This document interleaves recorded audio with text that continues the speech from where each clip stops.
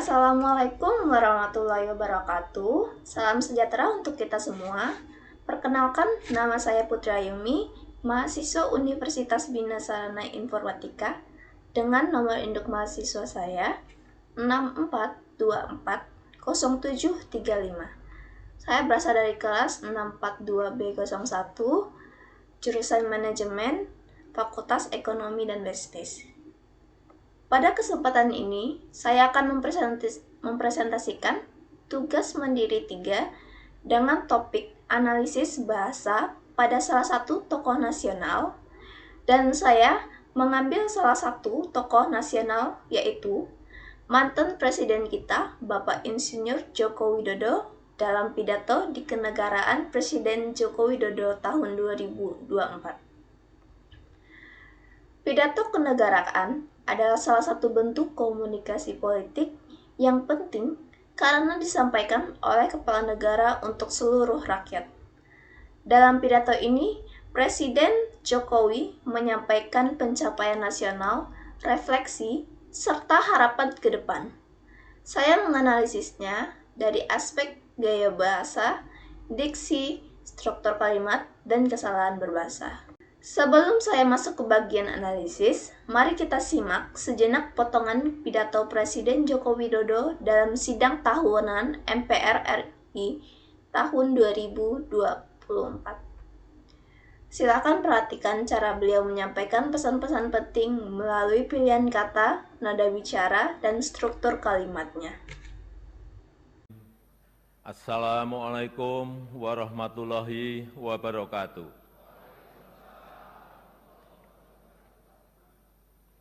Selamat pagi, salam sejahtera bagi kita semuanya.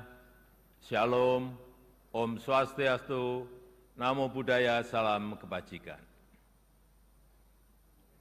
Yang saya hormati Wakil Presiden Republik Indonesia, Bapak Profesor Dr. Kiai Haji Ma'ruf Amin, beserta Ibu Hajah Wuri Ma'ruf Amin. Yang saya hormati Ketua, para Wakil Ketua, dan para anggota Majelis Permusyawaratan Rakyat Republik Indonesia. Yang saya hormati Ketua, para Wakil Ketua, dan para anggota Dewan Perwakilan Rakyat Republik Indonesia. Yang saya hormati Ketua, para Wakil Ketua, dan para anggota Dewan Perwakilan Daerah Republik Indonesia. Yang saya hormati Ketua, para Wakil Ketua, dan para anggota lembaga-lembaga negara. Yang saya hormati Bapak Jenderal TNI Purnawirawan Tri Sutrisno. Yang saya hormati Bapak Haji Muhammad Yusuf Kalla. Yang saya hormati Ibu Soraya Hamsahas. Yang saya hormati Yang Mulia para Duta Besar negara-negara sahabat dan para pimpinan perwakilan badan dan organisasi internasional. Yang saya hormati para Menteri Kabinet Indonesia Maju, Jaksa Agung, Panglima TNI, Kapolri, dan Kabin.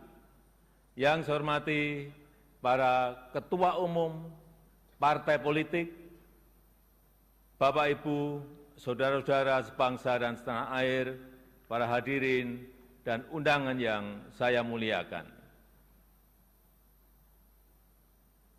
Tahun ini genap 10 tahun saya menjabat sebagai Presiden Republik Indonesia. Dan genap 5 tahun Bapak Profesor Kiai Haji Ma'ruf Amin menjabat sebagai Wakil Presiden Republik Indonesia.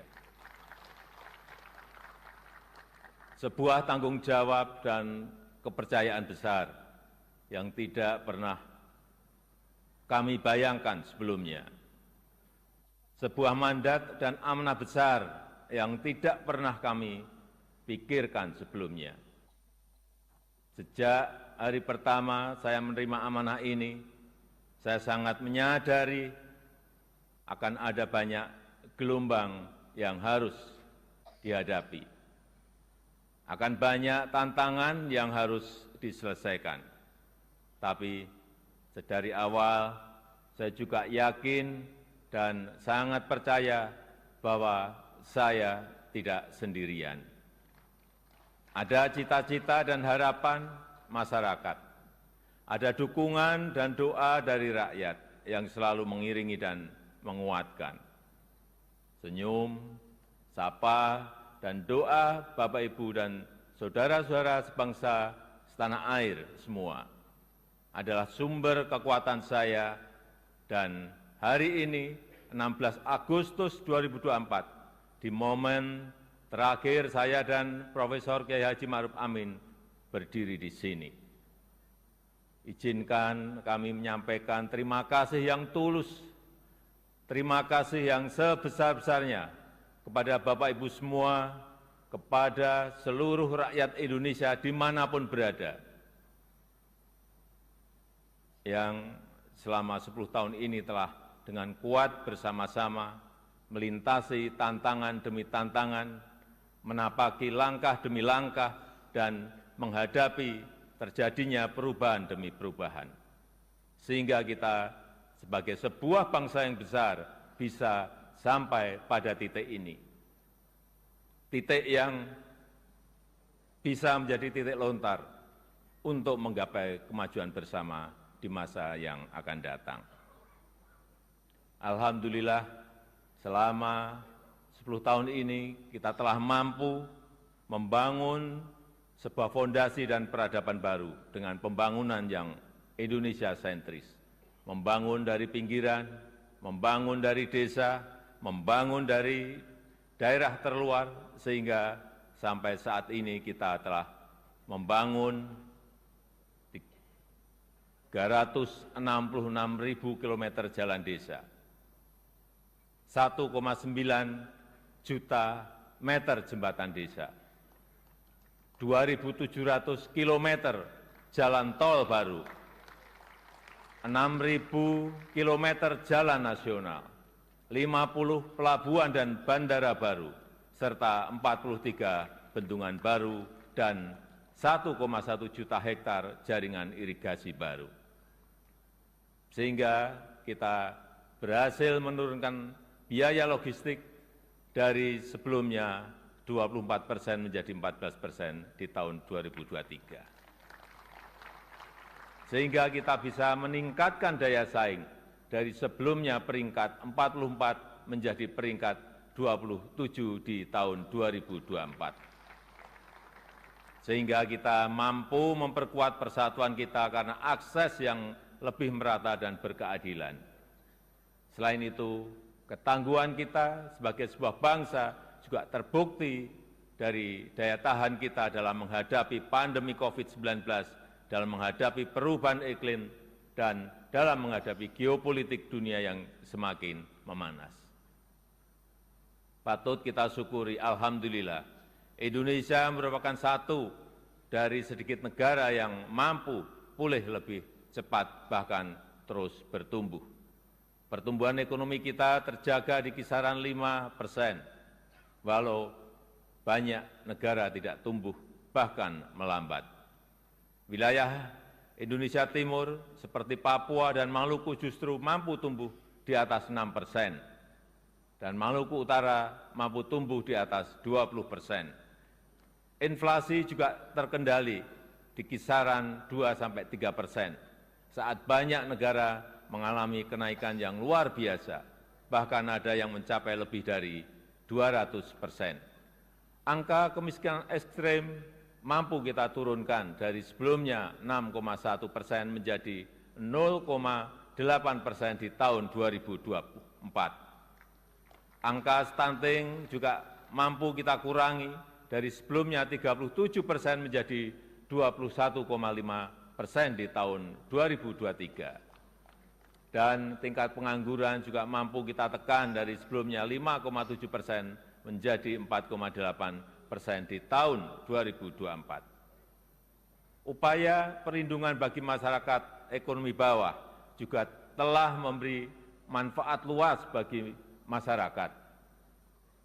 361 triliun rupiah anggaran Kartu Indonesia Sehat selama 10 tahun ini telah digunakan untuk membiayai layanan kesehatan lebih dari 92 juta peserta JKN per tahunnya, mulai dari usia dini sampai lansia yang tersebar di seluruh Indonesia.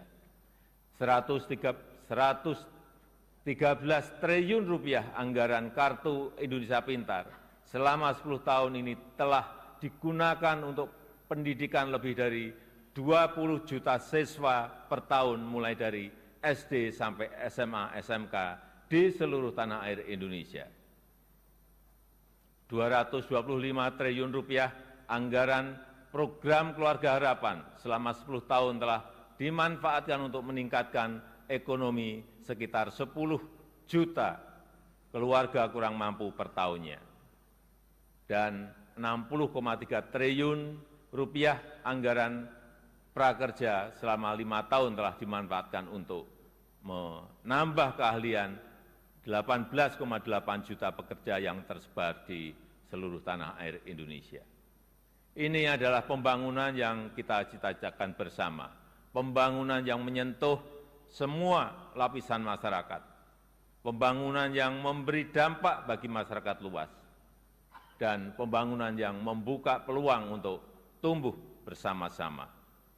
Bapak, Ibu, saudara-saudara sebangsa dan setanah air, di sisi lain kita juga telah mengambil langkah besar untuk meningkatkan produktivitas dan nilai tambah dengan tidak lagi mengekspor bahan mentah, tapi mengolahnya dulu di dalam negeri. Walau banyak negara lain yang menggugat, menentang, bahkan. Dari pidato tersebut, kita bisa melihat banyak hal menarik yang bisa dianalisis secara kebahasaan. Sekarang saya akan masuk ke bagian inti, yaitu analisis bahasanya. Sekarang kita masuk ke dalam analisis gaya bahasa dan retorika. Contoh kalimatnya yang ada dalam pidato, Dirgahayu Republik Indonesia, Dirgahayu Negeri Pancasila, Merdeka, Merdeka, Merdeka. Kalimat ini menunjukkan gaya repetisi dan retoris yang digunakan untuk membangkitkan semangat nasionalisme dan rasa cinta tanah air. Lalu, kita akan menganalisis diksi atau pilihan kata. Mantan Presiden Jokowi sering memakai diksi religius dan teknis. Contohnya, Alhamdulillah, selama 10 tahun ini kita telah mampu membangun sebuah pondasi dan peradaban baru. Kata pondasi dan peradaban memberi kesan monumental dan membangun citra. Lalu, kita menganalisis di struktur kalimatnya. Banyak kalimat majemuk dan kompleks yang memperkuat kejelasan argumen. Contohnya, biaya logistik dari 24% menjadi 14%, dan daya saing dari peringkat 44 menjadi 27. Lalu, kita akan menyampaikan analisis bahasa tubuh dan intonasi. Saat menyampaikan prestasi, Presiden Jokowi menggunakan nada tegas dan kadang senyum. Contoh kalimat, kita tidak goyah, bahkan terus maju untuk melangkah. Nada tegas dan ekspresif memperkuat semangat kebangsaan. Dalam menganalisis bahasa, pasti ada kesalahan berbahasa. Tidak banyak ditemukan, namun ada gaya tutur lisan seperti kita terus maju untuk melangkah, yang dalam bahasa tulis bisa lebih efektif menjadi kita terus melangkah maju. Kesimpulan, dari pidato ini kita bisa belajar bagaimana bahasa digunakan secara efektif untuk menyampaikan pesan kenegaraan. Mantan Presiden Jokowi menggabungkan diksi religius, nasionalis, dan retoris untuk memperkuat pesan politik dan moralnya. Ini menunjukkan bahwa bahasa punya kekuatan membangun citra dan semangat bangsa. Sekian presentasi dari saya. Terima kasih atas perhatiannya. Wassalamualaikum.